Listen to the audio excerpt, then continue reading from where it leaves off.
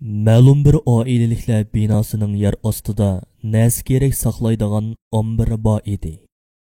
Ma'lum bir kechasi bir ayol sutdan ayrilmagan bolasini quchoqlaganicha uxlayotdi. Uning yonida bo'lsa ikki kichik qizi va yashangan onasi shirin uyquga g'arq bo'lgan edi. Yo'ldoshi bo'lsa oilaning chiqimlarini qamdash uchun tirikchilik qilish maqsadi bilan sirtlarga chiqib ketgan edi.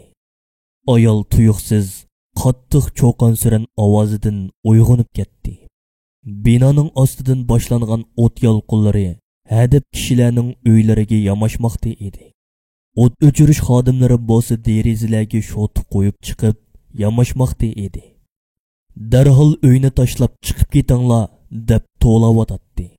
Ayol darhol ikki bolasini uyg'otib, ularni o'g'ziga chiqaribdi. Bu vaqt bolasi chayqirib yig'lamoqda edi. O't ushqunlari yaqinlab kelmoqda.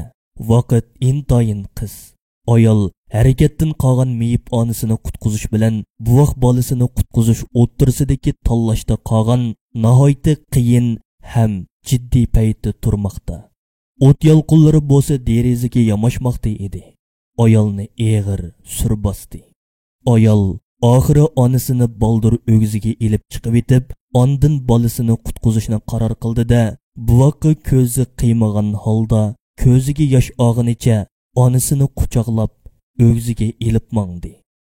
Ayol onasini quchoqlab o'g'ziga achiqib qo'yib qaytib kelib bo'g'icha uy ichidagi narsalarga tamoman o't tutishib bo'lgan edi. Hammaylan o't ichida qolgan buvoqni o'ylab ho'kirab yig'lashga boshladi. O't o'chirish xodimlari muvaffaqiyat qozonib, o'tni tamoman o'chirib tashladi. Bechora ayoldan boshqa hammaylarning qalbiga xushallik kirib, chiroyiga kulgi yugurmoqda edi. Tuyuqsiz qutqizish xodimi bir kichik bolaning hayot qolganligini e'lon qildi. Bolasining hayot ekanligini ko'rgan ayolning xushallikdan yuragi qipidan chiqib ketayli deb qoldi. Ayol darhol bolasining qishig'i berib, bag'riga bosdi va Allohga shukr sajdasi qildi. Buni ko'rgan atrofdagi kishilar bas-basda mana bu onaga vafodorlik qilganning mukofoti, mana bu onaga yaxshilik qilganning foydasi deyishib ketdi. Ulug' Alloh mundoq deydi: Parvardigoring faqat uning o'ziga ibodat qilishinglarni va ota-onanglarga yaxshilik qilishinglarni tavsiya qildi. Ularning biri yo ikkilisi sening qo'l ostingda bo'lib yashinib qolsa, ularga o'hoy demagin. Ya'ni malollikni bildiradigan shunchalik so'zni qilmagin.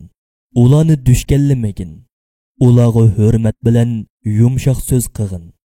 Ularga kamoli mehribonlikdan nihoyatda kamtar muomalada bo'lgin va ey Parvardigorim, ular meni kichikligimda tarbiyalaganidek ularga marhamat qilgin degin.